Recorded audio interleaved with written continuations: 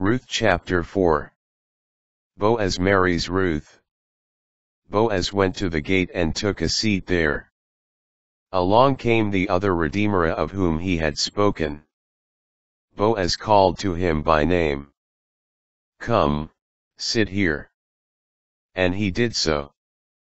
Then Boaz picked out 10 of the elders of the town, and asked them to sit nearby. When they had done this, he said to the other redeemer, "Naomi, who has come back from the plateau of Moab, is putting up for sale the piece of land that belonged to our kinsman Elimelech. So I thought I would inform you, before those here present, including the elders of my people, purchase the field. Act as redeemer. But if you do not want to do it, tell me so, that I may know. For no one has a right of redemption prior to yours, and mine is next." He answered, "I will act as redeemer." Boaz continued, "When you acquire the field from Naomi, you also acquire responsibility for Ruth the Moabite, the widow of the late heir, to raise up a family for the deceased on his estate." The redeemer replied, "I cannot exercise my right of redemption, for that would endanger my own estate. You do it in my place, for I cannot." Now it used to be the custom in Israel that, to make binding a contract of redemption or exchange, one party would take off a sandal and give it to the other. This was the form of attestation in Israel.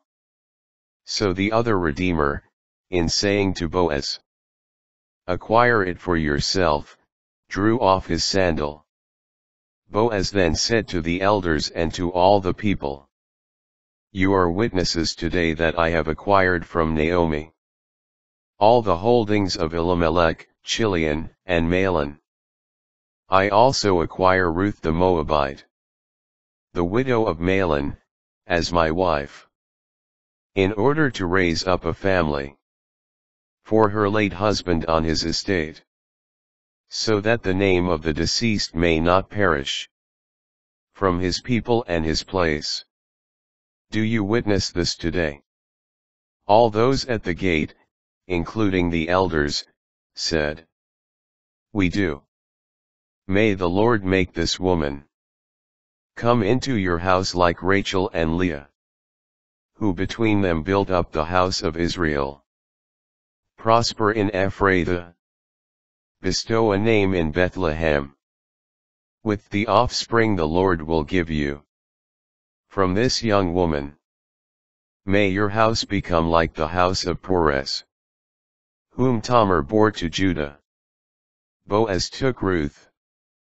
When they came together as husband and wife, the Lord enabled her to conceive and she bore a son. Then the women said to Naomi, "Blessed is the Lord who has not failed to provide you today with a redeemer. May he become famous in Israel. He will restore your life and be the support of your old age. For his mother is the daughter-in-law who loves you. She is worth more to you than 7 sons." Naomi took the boy, cradled him against her breast, and cared for him. The neighbor women joined the celebration. A son has been born to Naomi. They named him Obed. He was the father of Jesse, the father of David. These are the descendants of Perez. Perez was the father of Hezron. Hezron was the father of Ram. Ram was the father of Amminadab. Amminadab was the father of Nahshon. Nahshon was the father of Salma. Salma was the father of Boaz. Boaz was the father of Obed. Obed was the father of Jesse.